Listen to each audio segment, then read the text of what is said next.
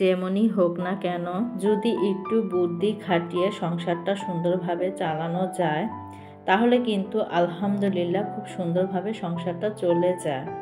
আসসালামু আলাইকুম, আপনারা সবাই কেমন আছেন? আশা করি ভালো আছেন। আমিও আল্লাহর অশেষ রহমতে ভালো আছি। কাছে বা দূরে, দেশ এবং দেশের বাইরে যে যেখান থেকে আমার ভিডিওটা দেখছেন, আপনাদেরকে অসংখ্য ধন্যবাদ। আর ভিডিওটা দেখার শুরুতে একটা লাইক দিয়ে ভিডিওটা দেখা শুরু করবেন। আর যদি ভিডিওর কোনো অংশ ভালো লেগে যায়, তাহলে আমার চ্যানেলটা সাবস্ক্রাইব করে আমার পাশে থাকবেন। আমাদের বাসাটা আজকে মাছের বাজার হয়ে গেছে, কারণ অনেক ধরনের মাছ আনা হয়েছে। সকাল থেকে কুটতে কুটতে কি বলবো, হাত পা তো ব্যথা হয়ে গেছে। তা সেটাই শেয়ার করছিলাম। এখানে শোল মাছ, পুঁটি মাছ, ফলি মাছ, শিং মাছ, আর সাথে আছে কার্ফু মাছ, আর আছে ইচা মাছ। এইগুলো আজকে নিয়ে আসা হয়েছে। চিংড়ি মাছটা কুটিনি, একটু বড় সাইজ ছিল, এই কারণে ফ্রিজে রেখে দিয়েছি। আর আমি এগুলো সব কুটে নিয়েছি। শুধু আমি কুটিনি, আমার আম্মাও সাথে ছিল, আমরা দুজন মিলেই কুটেছি। কারণ একা কিন্তু এত মাছ কোটা যায় না। তা দামে একটু সস্তা পেয়েছে। মাছের দাম এখন একটু কমছে, কারণ একটু একটু হালকা শীত পড়ছে, বৃষ্টি বাদল হয় না, নদীর পানিগুলো একটু টানছে, তাই মনে করেন মাছের দামগুলো একটু কমে আসছে দেখে একটু বেশি করে মাছগুলো আনা হয়েছে। অনেক দিন চলে যাবে আমাদের। তাই এগুলোই মনে করেন। এই তো দেখেন, আম্মা আবার সবগুলো মাছই কিন্তু ভাগ ভাগ করে রেখে দিচ্ছে, কারণ একসাথে মনে করেন অনেক মাছ, তাই একটু বুঝে শুনে ভাগ ভাগ করছে। আমি আবার বলছিলাম যে আম্মা একটু কমিয়ে করো, কারণ আদনান মাছ খেতে চায় না, আমারও তেমন একটা ভালো লাগে না। ভালো লাগলে মাঝে মাঝে খাই, না তো খাই না, এরকম একটা অবস্থা। তাই বলছিলাম একটু পিসগুলো কমিয়ে করো। মাছগুলো কুটে বেছে তারপর কিন্তু ধুয়ে ফ্রিজে রেখে দিয়েছি ডিপে। অনেক বেলা হয়ে গেছে, তাই এখন সকালের নাস্তাটা করে নিচ্ছিলাম। প্রায় 11টার মতো বাজে। তা আজকে সকালে রান্না করেছি বৌয়া ভাত, সেটাই খাচ্ছিলাম। এখানে হলুদ দিয়ে করেছি, অনেক সময় কিন্তু আমি হলুদ দিয়ে করি না।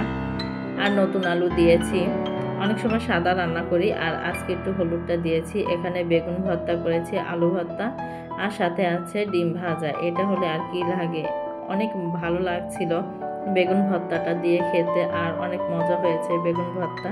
আমরা কিন্তু বেগুনটা চুলায় পুড়ে তারপর মনে করেন যে পেঁয়াজ মরিচ কাঁচা দিয়ে ভর্তা করি, খুব ভালো লাগে এই ভর্তাটা। ভাতের সাথে খেতেও কিন্তু খুবই মজা।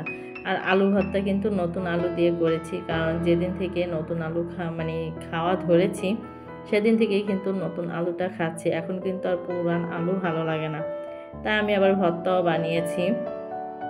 তা এত দাম তারপরেও খাওয়া হয়, কারণ আব্বা প্রতিদিনই মনে করেন একদিন পর পর নিয়ে আসে 1 কেজি 2 কেজি করে। তা সেগুলোই মনে করেন খাচ্ছিলাম। আর এত দাম আমার পক্ষে সম্ভব না, তা আব্বা নিয়ে আসে দেখে খাওয়া হচ্ছে, না হলে তো খাওয়া হয় না। কারণ একটু বুঝে শুনে মনে করেন চলতে হয়। মধ্যবিত্ত বলে কথা, একটু যদি হিসেব করে না চলি, তাহলে কি আমরা ভালোভাবে চলতে পারবো বলেন? তাই আমাদের প্রত্যেকটা পদক্ষেপ, প্রত্যেকটা জিনিসে আমাদের কিন্তু মনে করেন বুঝে শুনেই চলতে হয়। এই যে মাছগুলো এনেছি, এগুলো কিন্তু আমি চেষ্টা করব 1 মাস চালানোর জন্য, কিন্তু হবে না জানি।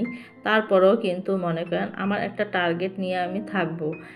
পরবর্তীতে যদি না পারি, তাহলে তো আমার কিনতেই হবে। তারপরেও মনে করেন যে এরকম একটা টার্গেট নিয়ে থাকলে তাহলে কিন্তু অনেক কিছুই করা যায়। আর মাছ কিন্তু মাশাআল্লাহ খুবই কমের ভিতরে খুব ভালো মাছ পেয়েছে, নিয়ে এসেছে। আজকে কিন্তু শুক্রবার, তাই আদনানের বাবা জুম্মার নামাজ পড়ে এসে পড়েছে, আর আমার এখনও কিন্তু রান্না হয়নি। তাই বুদ্ধি করে সকালবেলা মনে করেন গরুর মাংস নতুন আলু দিয়ে রান্না করেছি। আর এই তো এখন প্রায় 1:30টা বাজে, একটু দেখি সামান্য পরিমাণ গ্যাস আসছে, তাই মনে করেন ঝটপট করে ইলিশ মাছটা ভেজে নিচ্ছিলাম, আর সাথে পোলাও রান্না করছিলাম। আমি কিন্তু আরও কিছু করতে পারতাম, কিন্তু আমি করিনি। কী কারণে? মনে করেন যে আমার আয় বুঝে ব্যয় করতে হবে। এখানে কিন্তু আমি মুরগি রান্না করতে পারতাম, আরও অনেক কিছু রান্না করতে পারতাম। আমি চাইলে ডিম কোরমা করতে পারতাম, কিন্তু আমি করিনি। আমি বেশিরভাগ সময়ে দেখবেন আমি 2টা আইটেম করার চেষ্টা করি, কারণ ভালো খেতেও হবে, আবার ভালোভাবে থাকতেও হবে। তার মানে কি, বুদ্ধিটা খাটিয়ে তা মনে করেন যে চলতে হবে। একটা সংসার করতে গেলে একটা মেয়ে বোঝে যে যখন তার হাজব্যান্ডের ইনকাম কম, তার সব দিক বিবেচনা করে তারপর কিন্তু মনে করেন তার সংসারটা চালাতে হয়। যেমন আমি করি, আলহামদুলিল্লাহ এভাবে চালিয়ে কিন্তু মনে করেন খুব ভালো আছি স্বামী সন্তান নিয়ে। আর যারা একটু হিসেব করে চলে, যাদের ইনকাম কম, তারা যদি একটু হিসেব করে মনে করেন আমাদের মতো চলে, তাহলে কিন্তু আলহামদুলিল্লাহ ভালো চলে। আমি কিন্তু এখন বেশিরভাগ ভিডিওতেই দেখছি যে না, আপুরা খুব হিসেব করে খুব সুন্দরভাবে চলে। তা আমিও ওরকমভাবেই চলি সব সময়। এটা নতুন না, আমি ইউটিউবে আসছি আজকে মনে করেন যে কতদিন ধরে, কিন্তু আমার শুরু থেকেই কিন্তু আমি মানে একটু হিসেব করে চলার চেষ্টা করি, যেন একটু ভালো থাকতে পারি। খেতেও হবে, আমাদের মধ্যবিত্তদের খেতেও হবে, ছেলে মেয়ে মানুষও করতে হবে, কিছু টাকা জমাতেও হবে। এইভাবে কিন্তু আমাদের মধ্যবিত্তদের করতে হবে। যদি আমরা এইভাবে না করি তাহলে কিন্তু আমরা কিছু করতে পারবো না। আচ্ছা, হাজব্যান্ডের ইনকাম যাই মানে কম আছে, আমি যদি সব যদি মনে করেন ভেঙে ফেলি, হ্যাঁ আমার হিসেব মানে ভালো না, আমি যদি ব্যয় হিসাবের মতো যদি ভেঙে ফেলি তাহলে কিন্তু হবে না। আমার কিন্তু মনে করেন বুঝে শুনে করতে হবে। আমরা কিন্তু খারাপ খেতে পারি না, অল্প আয় হলো আমাদের কিন্তু ভালো খেতে হয়। বিশেষ করে আদনানের বাবা শুক্রবার খুবই ভালো মন্দ খাওয়াটা পছন্দ করে, আমরাও ঘরের সবাই পছন্দ করি শুক্রবার হলে খাওয়াটা। কারণ কী কারণে, আমরা মনে করেন মাসে যদি একটা সপ্তাহ রুটিন করে আমরা চলি, তাহলে কিন্তু মনে করেন সপ্তাহে একটা দিন কিন্তু ভালো মন্দ খাওয়া যায় আলহামদুলিল্লাহ। তা আমি মনে করেন সপ্তাহ রুটিন, যে রুটিনটা করি একটা টার্গেট নিয়ে, যে একদিন আমি আলু ভর্তা, ডিম ভাজা, ডাল খাবো, এরকম একটা টার্গেট। আরেকদিন মাছ খেলাম, আরেকদিন ভর্তা, আলু ভর্তা, শাক। হ্যাঁ মানে এরকম যদি হয় যে ডাল, শাক, ভর্তা, এরকম করে এক একদিন যদি এক একটা আইটেম মানে করি, তাহলে কিন্তু ওই টার্গেটটা নিয়ে মনে করেন সারা সপ্তাহটা সুন্দরভাবে চলা যায়, খাওয়া যায়। আর বাচ্চাদের কথা কি বলবো, বাচ্চার জন্য তো মুরগি এনে রেখে দেই, বেশি না, আমি 2 কেজি বা 4 কেজি মুরগি এনে রাখি। ও তো মাছ খেতে চায় না, ডিমটা খায়, তাই ডিমটাও এনে আমি রাখি ওর জন্য এক্সট্রা করে। ওকে মাঝে মাঝে আমি ভেজে দিই। আর ফার্মের মুরগি আমাদের ঘরে কেউই খাবে না, একটু ভাজলে সবাই খায়, আমি আবার খাই ফার্মের মুরগিটা, কিন্তু আদনানের বাবা তো ভুলেও মুখে দেবে না, আমার আম্মাও খাবে না। তাই কি করি, আমি আর আমার ছেলের জন্য করি। আর যখন ফার্মের মুরগিটা ভাজা পড়ে তখন কিন্তু আমাদের ঘরে সবাই পছন্দ করে। তাই বলছিলাম যে দেখেন, আজকে কিন্তু আমি অনেক আইটেম করতে পারতাম, কিন্তু আমি করিনি কেন, যে আমার সারা সপ্তাহ বা সারা মাসটা আমার ভালোভাবে চলতে হবে, খেতে হবে।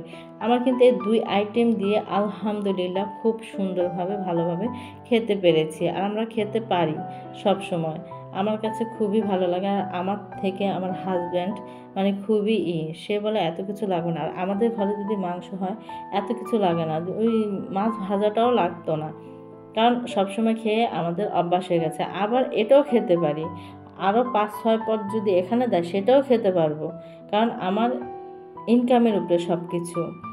খেতে পারি না তা না, এটা তো আমি আয় বুঝে ব্যয় করি বলে এভাবে আমি খাই। আমি কিন্তু এখানে যদি আরও 5 পদ দেয় তাও কিন্তু আমি খেতে পারবো আলহামদুলিল্লাহ, সমস্যা নেই। তাই কিভাবে চললে কি করা যায় তা সেটাই আপনাদের সাথে শেয়ার করলাম। আমি এভাবে চলার চেষ্টা করি, আলহামদুলিল্লাহ ভালো আছি, আল্লাহ পাক আমাকে ভালো রেখেছে, এবং স্বামী সন্তান নিয়ে আমি সুখে আছি, শান্তিতে আছি। রান্না হয়ে গেছে, এখন সবাই মিলে খেতে বসে পড়েছি।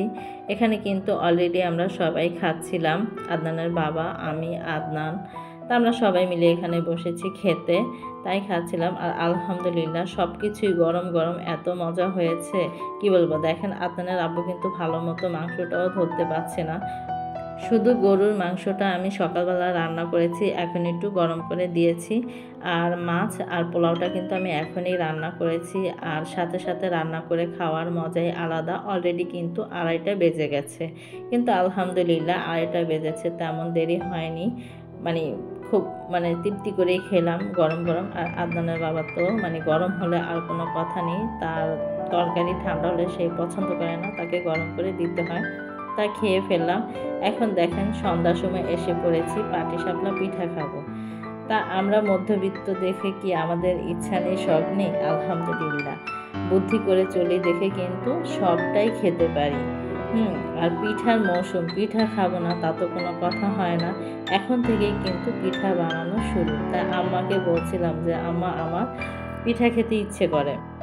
আম্মা আবার বলছিল তোমার কি পিঠা খেতে ইচ্ছে করে, আমি আবার বললাম যে পাটি সাপলা পিঠা খেতে আমার মানে ইচ্ছে করছে। পরে দিয়ে মনে করেন চাল তো সবসময় মনে করেন ডিপ ফ্রিজে ভাঙানো থাকেই বেশি করে, তা সেখান থেকে নামিয়ে এই তো দেখেন গুঁড়ো দুধ দিয়ে খিরসাটা বানিয়ে নিয়েছি। আর খিরসাটা কিন্তু আলহামদুলিল্লাহ খুবই মানে সুন্দর হয়েছে দেখতে, আর খেতেও কিন্তু খুবই মজা হয়েছে। আর আমার আম্মার হাতের পিঠা কিন্তু খুব মজা।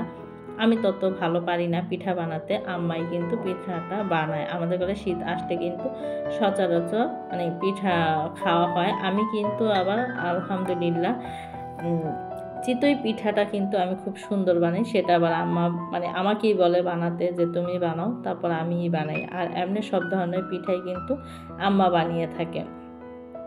তাই তো দেখেন এক খোলা কিন্তু ভাজা হয়ে গেল, এখন আরেক খোলা দিয়েছে। অল্প করেই বানাচ্ছিলাম, অল্প করে পিঠা বানাচ্ছিলাম, বেশি বানাইনি, কারণ বেশি মানে বানালে থেকে যায়, খাওয়া হয় না। এই কারণে মনে করেন আজকে বা কালকে খাওয়া যায় এরকম মানে করেই বানিয়েছি। তা আলহামদুলিল্লাহ পিঠাটা খুবই মজা হয়েছে। আর মাশাআল্লাহ পিঠাগুলো কিন্তু খুব সুন্দর হয়েছে দেখতেও। তা পাটিসাপলা পিঠা কিন্তু সবাই পছন্দ করে সচরাচর। আর ভাকা পিঠা বানাবো, দেখি আবার চাল মানে গুঁড়ো করতে হবে। এখন যেগুলো ছিল মানে অনেক দিন খেয়েছি, এখন কিন্তু নেই, তাই বলছিলাম যে আবার গুঁড়ো করে তারপর মনে করেন যে রেখে দিব ডিপ ফ্রিজে, তারপর মনে করেন যখন খেতে ইচ্ছে করবে একটা একটা করে বানিয়ে খেয়ে নেব। আমরা কিন্তু এরকম করি, যখন কিন্তু মানে এখন তো তাও একটু আলহামদুলিল্লাহ গ্যাসটা থাকে, আর যখন আমাদের এখানে গ্যাসটা ছিল না একবারেই আমরা কিন্তু কারেন্টের চুলাও অনেক পিঠা বানিয়ে খেয়েছি। এক এক করে কিন্তু আম্মা বানিয়ে নিচ্ছিল। এই তো দেখেন কিছু পিঠা হয়েছে, তা সেটাই আপনাদের মাঝে একটু শেয়ার করলাম। এখন আস্তে আস্তে সবগুলো পিঠাই বানিয়ে নেব। এই তো বানানো হয়ে গেছে। এই তো দেখেন পিঠাগুলো মাশাআল্লাহ খুবই মজা হয়েছে।